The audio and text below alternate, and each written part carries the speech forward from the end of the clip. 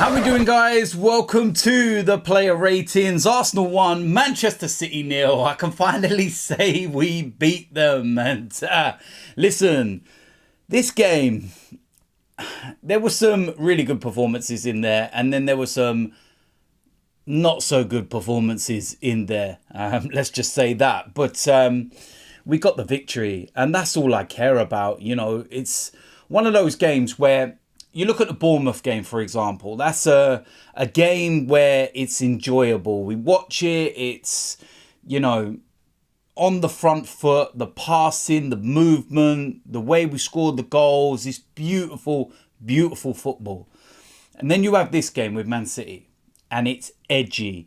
It's nervous. It's like very tactical. And that's what this game was. It was very tactical. Defensively, we both shut each other out in that respect. There was not a lot of attacking, you know, play within the game from both sides. And it took, you know, that one moment, that one little bit of luck with the deflection, and it was enough to get us the win. And sometimes that's what you need, you know, in these big games. There's normally not a lot in these kind of games if you're going to be, you know, challenging for the title. But I think it's down to respect as well. Pep respects us, and we obviously respect them. And for me, and I've said it before, they're the, you know, two best sides in the Premier League going head to head. And it looked like neither wanted to lose the game, because, you know, you got to think a game in October is not going to decide the title, but it could go a long way to where you want to get to, you know, more for Arsenal than Man City, shall I say. But listen, we got the victory. We got the 3 points. That's all I care about.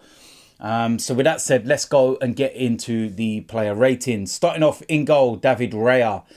Very, very nervy performance, especially in the first half. Now, the second half, I thought he was really good.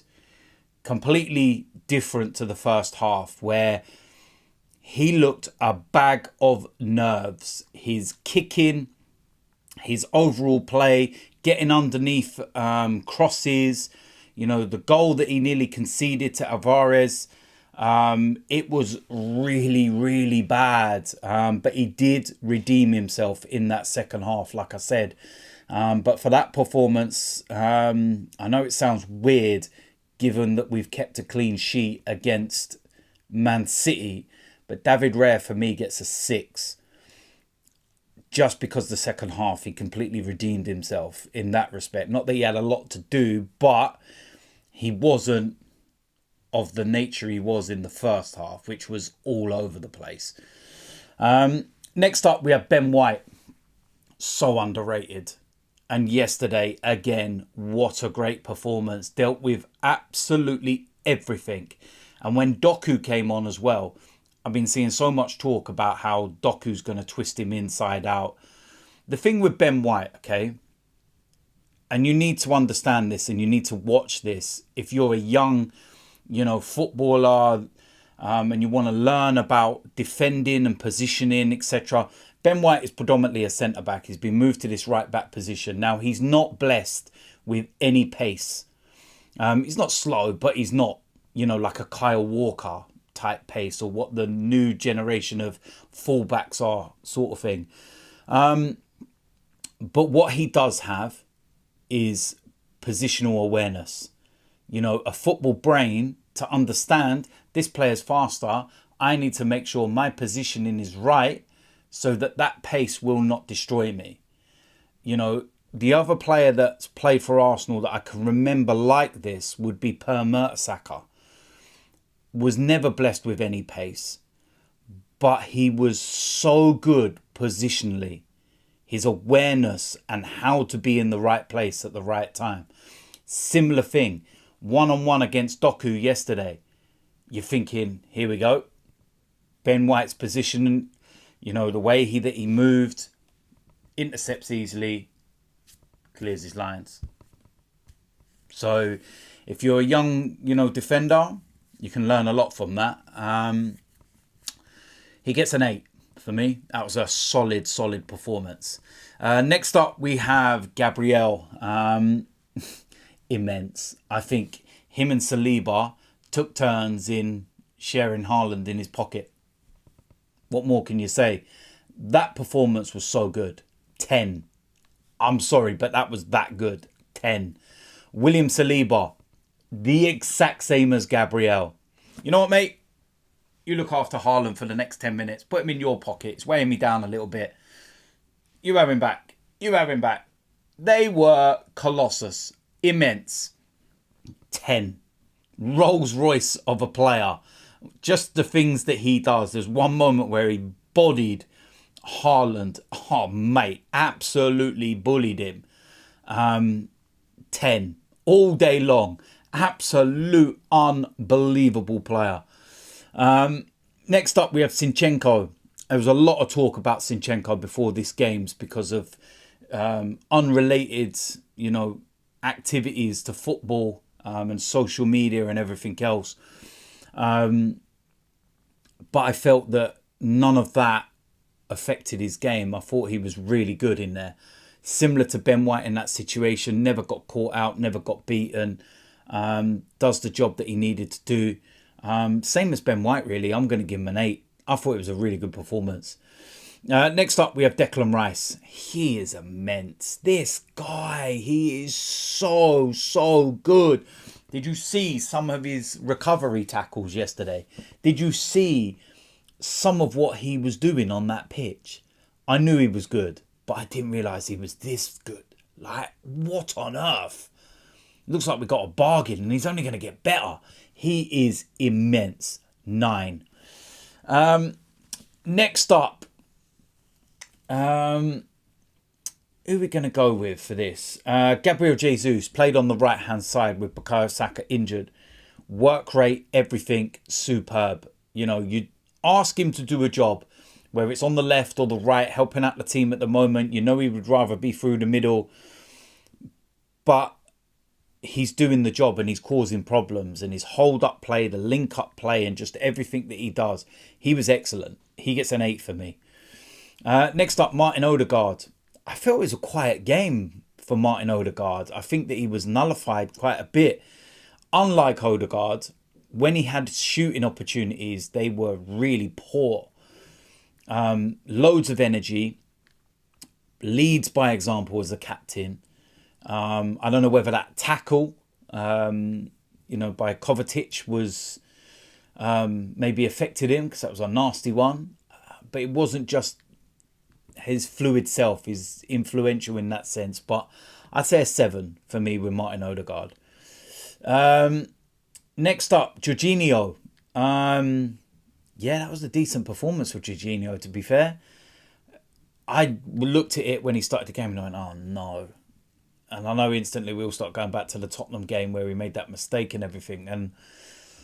But he's very experienced. And I think what you've got to look at as well is that he would have played this fixture so many times. He will obviously know the likes of Kovacic inside out from his days at Chelsea.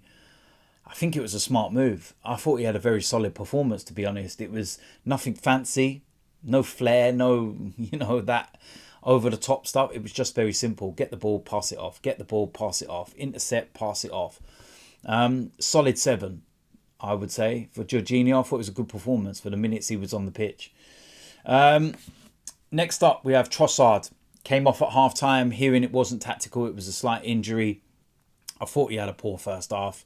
Wasn't really in the game, to be quite honest with you. I'd give him a 4, to be fair. Wasn't the greatest, and came off at half-time. Next up, Eddie Nketiah.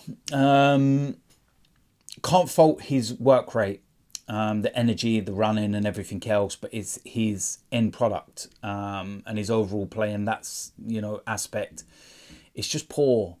Hold-up play wasn't great. Didn't really get involved. I just didn't see, why he was there. It just didn't work for me. I'd rather Kai Havertz played as the striker. And I think that was justified and proven. When I spoke in my preview about Kai Havertz playing as a striker, look at what happens when Kai Havertz came on as a striker. Look where the goal came from. The hold-up play, the layoff. Look where it come from. And he did that on more than one occasion. And I've said this, don't play Kai Havertz in that midfield. Play him as a striker if you're going to play him. But yeah, it wasn't great all round for me. From Eddie, he gets a 5 for that. Substitutes. Martinelli, of course, scores the winning goal. Brings us energy. Missed him badly, even though it's only been for a couple of games or so. But I think you realise how important he is to the team now. He gets a solid 8 because he gets that goal as well. And it's good to get 45 minutes in the legs, and he can now have 2 weeks off and get ready for the return.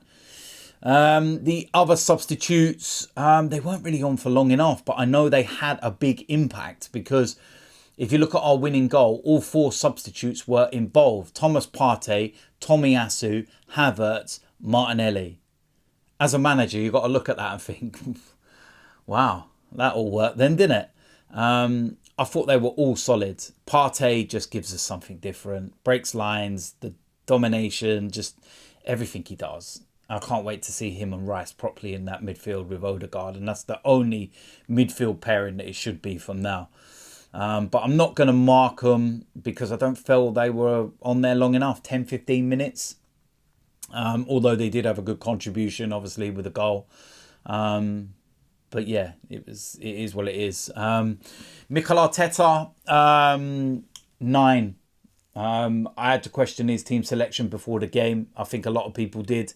But he got it right. Got it spot on. Wasn't pretty at times. But at the end of the day, it's about winning. If we went out there, tried playing expansive football and going toe-to-toe and we end up losing that game, then you're not going to sit there and go, oh, well, at least the football was great. You know, as a neutral, it's great. But as a fan, you're like, well, we lost again, haven't we?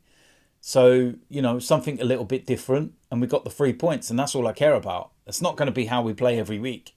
But we got the win. 3 points. What more do you want? Michael Oliver, the referee, 0. 0, 0, 0. I said it 100 times about these referees. They're poor. He is so lucky that we won this game and we're not talking about this. Kovacic should have been sent off. The first tackle is a red anyway. In my opinion, that's a red anyway. But then 6 minutes later makes another bad tackle and he doesn't even get a second yellow. Behave yourself. If you want to talk about Michael Oliver, this is the same guy that sent off Martinelli against Wolves for 2 fouls within the same phase. He let play go on. Martinelli chases the ball down, gives the player a shoulder charge, gives the foul away, gets the second yellow, all within the one phase. If you haven't seen it, go and have a look. It's very clear to see. So that's the kind of person that Michael Oliver is, but yet he can allow this to happen. Consistency.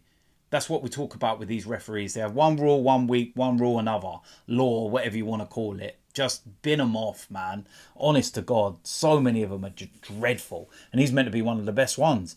That was a hideous decision. 0. Fans, 10. Noisy as ever. Emirates is rocking. North London forever. Can I say any more?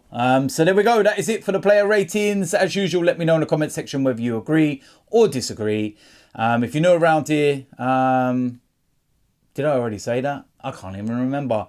And saying that, actually, I want to just say one thing because I noticed people did notice it in my match reaction yesterday. I mentioned about Edison clearing the ball and it went through to Ramsdale. I did clock that as well. I noticed I said that and I was like, oh, mate. Listen, emotions, man. You knew I was talking about Raya all the way through. And then in that one moment, I don't know why, it's maybe familiarity or whatever, but I said, like, he kicked it straight through to Ramsdale. Some of you did notice that. Yeah, listen, my bad, sorry. But yeah, listen, if you're new around here, hit the subscribe button, smash a like on this video, and I will see you lot soon. I'm out of here.